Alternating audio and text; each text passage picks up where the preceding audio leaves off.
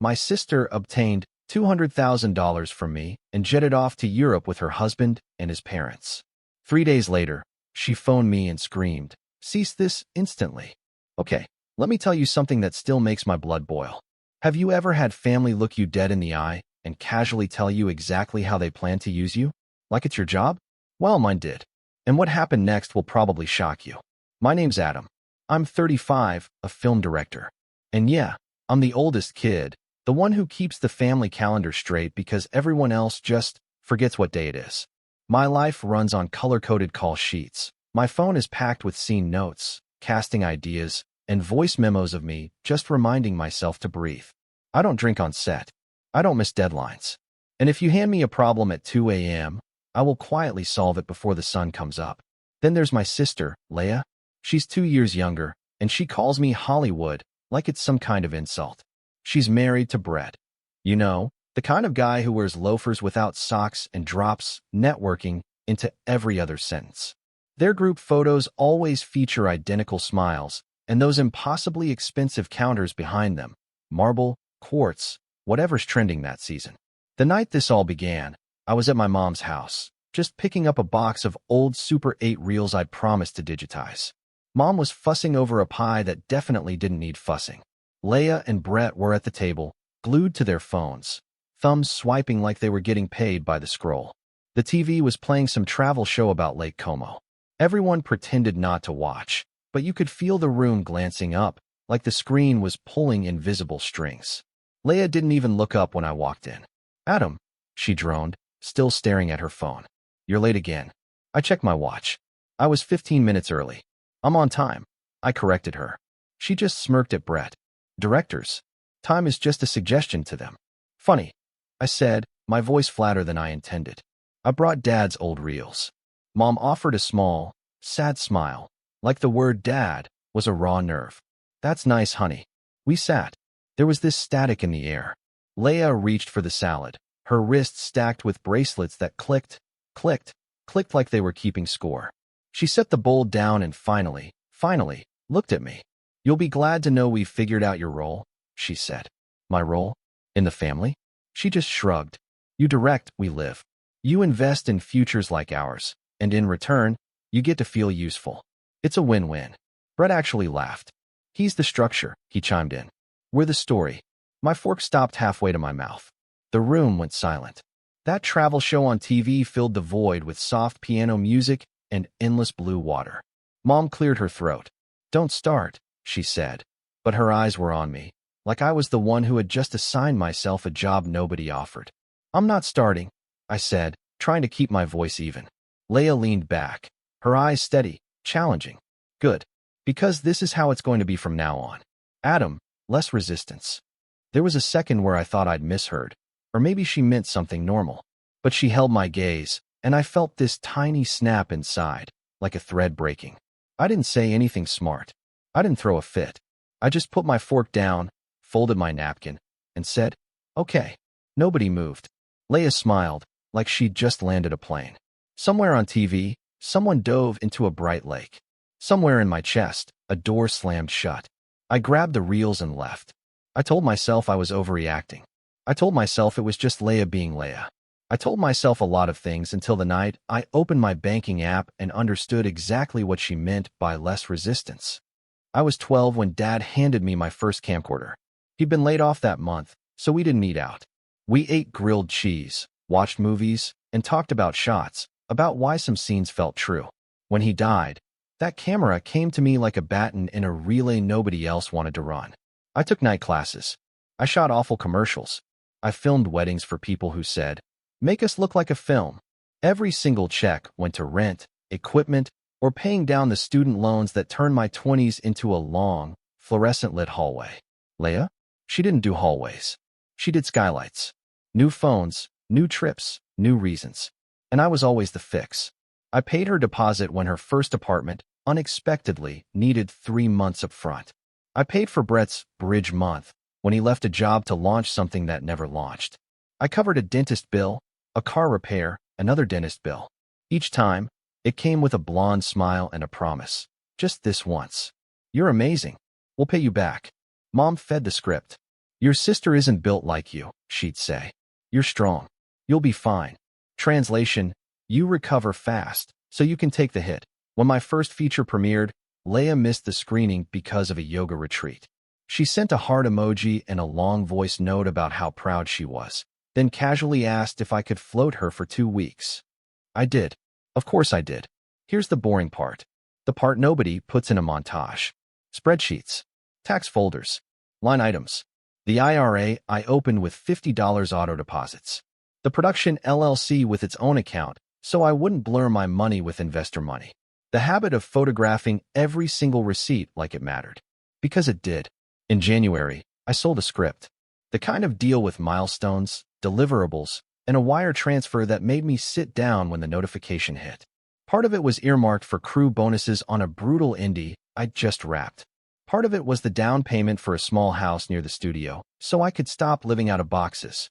The rest was cushion, a thing I'd never, ever had. I called Mom. She said, finally, like I'd just graduated from being useful to being very useful. 2 weeks later, Leia invited us all over. Big roast. New candles that smelled like old money. Brett was already pouring drinks when I arrived. He clinked mine. To family ventures. Red flag. But I set it down gently. We ate. We made small talk. The travel show was on again. Lake Como's water looked like a screensaver.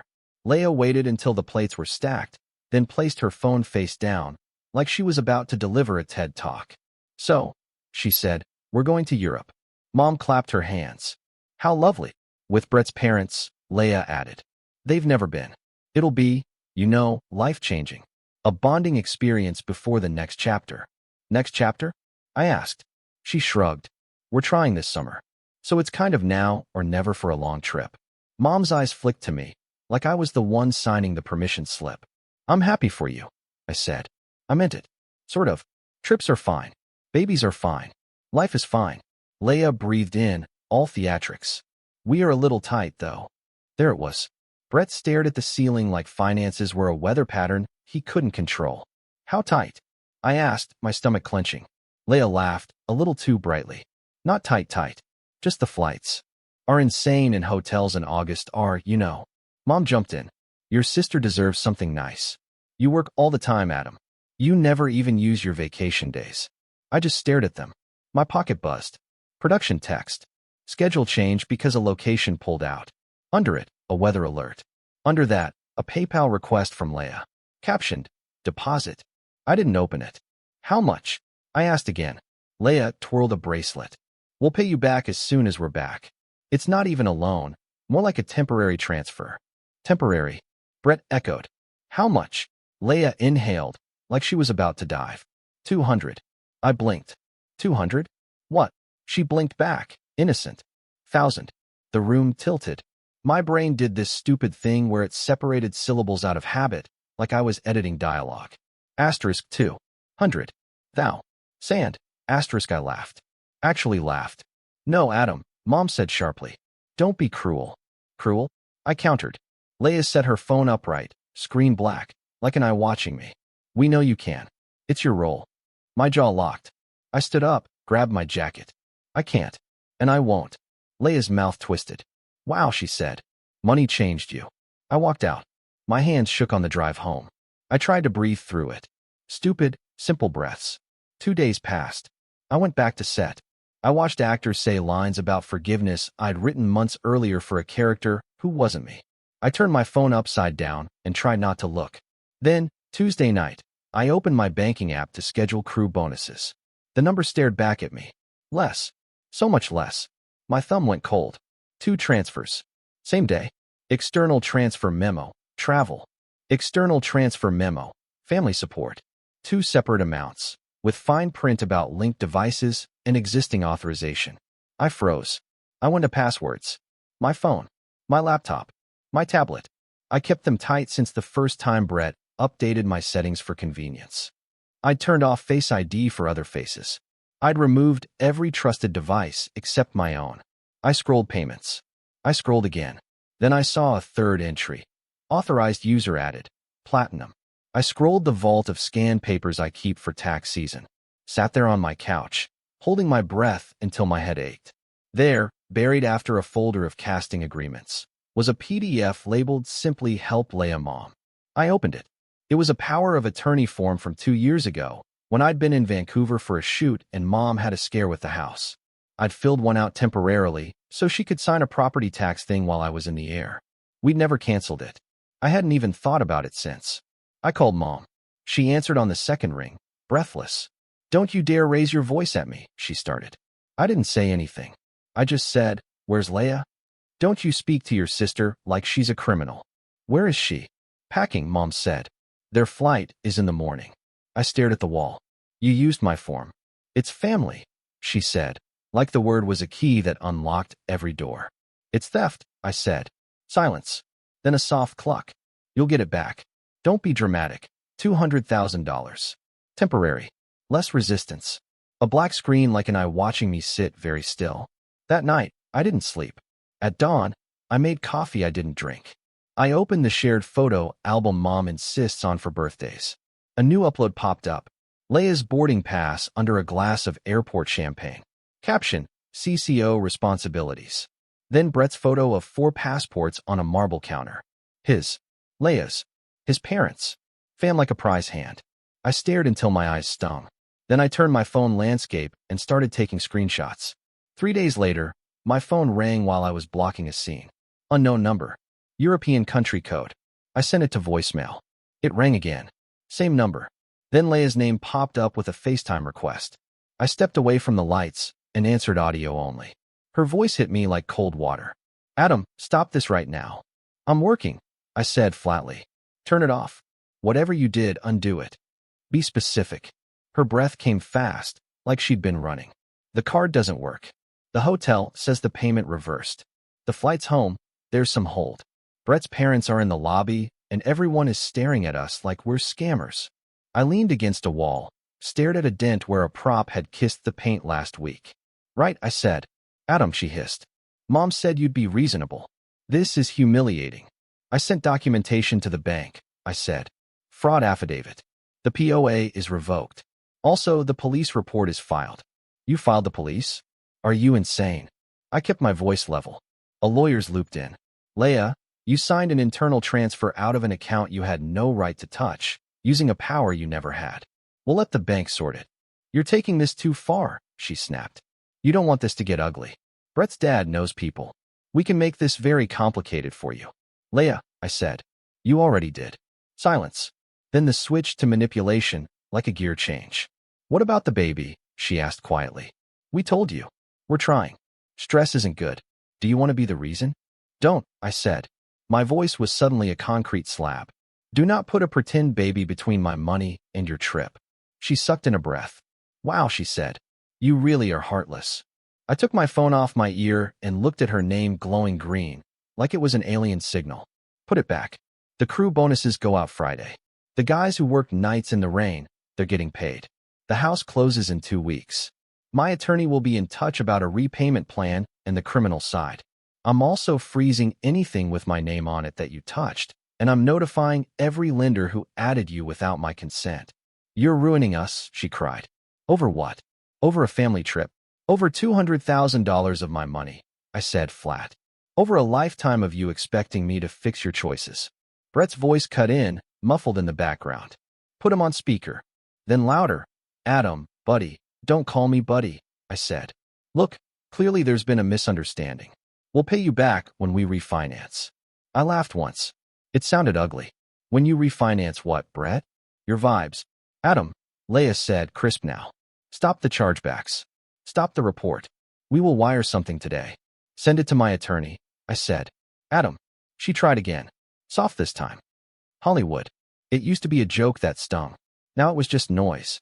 I have to get back to set," I said. "This conversation is over." "You'll regret this," she snapped. "Mom will never forgive you." "Then I guess we're all finally being honest," I said, and hung up. I stood there in the quiet corridor, a roll of gaffer tape at my feet, the smell of paint and cheap coffee in the air. I could hear my first AD calling for a reset. Somewhere down the hall, an actor ran lines under his breath. I walked back in, nodded at the camera, and said, from the top. The bank froze everything with my name faster than I expected. Fraud department, red flags, hold codes I wrote down in a notes app titled Leia. The POA got revoked in a conference room where my lawyer used phrases like egregious breach and unauthorized enrichment. I asked him if we had to go nuclear. He looked at the numbers and said, "You're already in the mushroom cloud." Mom left 8 voicemails the first day. The first 3 were anger. "How could you do this to your sister?" The next 3 were bargaining. "Just lift the hold for one hotel, Adam." They're being embarrassed. And the last 2 were the tired martyr voice I knew too well. "You're tearing this family apart." I saved them all. I didn't reply. On set, I was steady in a way that scared me. It was like directing on a cliff ledge. Your feet feel the edge, but your hands still draw the same straight lines. I watched dailies at midnight. I sent crew bonuses Friday, and one grip texted me a photo of a rent receipt with "thank you" and a heart. I stared at it like it was proof humanity still made sense. Leia's Instagram went quiet. Brett's parents' account did not. A post from an anonymous account popped into my DMs. A photo of them at a front desk, faces blurred. Text overlay: "When your luxury plan meets reality." I didn't share it. I don't do public humiliation. I don't need the internet to clap for me. I needed my money back and my boundaries to mean something. By Monday, my lawyer had drafted a repayment schedule with teeth.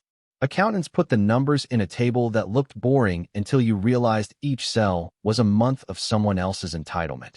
Interest, defaults, consequences. He CC'd Leia and Brett. Brett replied 3 minutes later, "We won't sign anything until we talk like adults. Families shouldn't involve lawyers." Leia replied 5 minutes after that. A paragraph about love and duty and how I'd forgotten where I came from. I wrote back one line: "You can address counsel." That afternoon, the family group chat lit up. Aunties, cousins, people who hadn't sent me a congratulatory text for my film, but suddenly had opinions about my heart. The most common theme: blood. As if blood was a contract I'd signed in my sleep. I muted the thread and went for a walk around the block. Pigeons fought over a croissant. A man yelled at a parking meter. Life kept being exactly what it is. That night, Mom called from a blocked number. I answered because I am, sadly, still me. She started with a sigh, like I was already exhausting her. "You've made your point," she said. "It's not a point," I said. "It's a boundary." Semantics. "They're stranded." "They are in Italy," I said, "with access to 2 sets of parents. They are not stranded." She clicked her tongue. "You've always been so cold." "Mom," I said, keeping my voice even. "I paid Leia's rent 3 times. I covered Brett's business launch. I bought tires for their car because they were dangerous. I sent cash when they lost a wallet. I let a temporary power of attorney linger because you asked me to. I am tired." Silence. Then the line went quiet in that specific way that means tears. I closed my eyes and leaned my head back against the wall. "You'll ruin the relationship," she said finally. "It was already broken," I said. "I'm just not pretending it isn't." For 2 weeks, I lived in 2 timelines. One was tight: work, sleep, lawyer, spreadsheets. The other was loud: relatives' messages. A call from Brett's dad that started calm and ended with a threat he phrased as a favor. I recorded it, sent it to my lawyer. He laughed without humor. "They're used to handshakes," he said. "You're giving them contracts." 3 small things happened that shouldn't matter, but did. First, my DP left a coffee on my chair with a note. For whatever they took. He didn't mean the money. Second, I went to look at a house. Nothing special. White paint, crooked hallway, a backyard the size of a film trailer. The realtor talked about entertaining. I pictured a folding table with script pages spread out, a lamp, quiet. I put in an offer. I didn't tell anyone. Third, Leia texted me. "I'm sorry." At 2:17 a.m. A minute later, "Can you call me?" I stared at the screen until my eyes hurt. Then I put the phone face down and fell asleep for the first time in weeks. The next morning, my lawyer forwarded a wire transfer. The first chunk. It wasn't all. Nowhere close. But it was some. It came with a signed agreement after all. Minimum monthly amounts. Collateral listed as vehicle and non-retirement brokerages. I didn't gloat. I also didn't reply to Leia's apology. I let the document be the conversation. By Friday, the group chat had turned on itself. A cousin posted a paragraph about accountability. An aunt wrote, "But family again?" And another aunt wrote, "He said no." It was the strangest sensation. People arguing about me like I wasn't there. I closed the app. 2 days later, Leia swung by my apartment without warning. I opened the door to her face. Tired, puffy, less curated. No bracelets, no smile. "Can we talk?" she asked. "We are," I said, and stepped aside, because I was raised by the same woman who taught me to always offer water, even when you wanted to throw the glass. She stood in my living room, looking small. "I messed up," she said, and for a second, it sounded like truth. "You stole," I said. She nodded. Brett said we could figure it out later. And Mom said you wouldn't miss it." It felt like she choked on her own sentence. "I'm sorry." I waited. People think apologies are a spell. They say the word and time rewinds. It doesn't. It just pauses. "You still have to move." "We signed," she added. "We're paying." "I sold some stocks." "Dad." "Brett's dad." She stopped. "Whatever." "I saw the transfer," I said. She looked up, hopeful. "So, can you unfreeze the card? Just for groceries? For a few weeks?"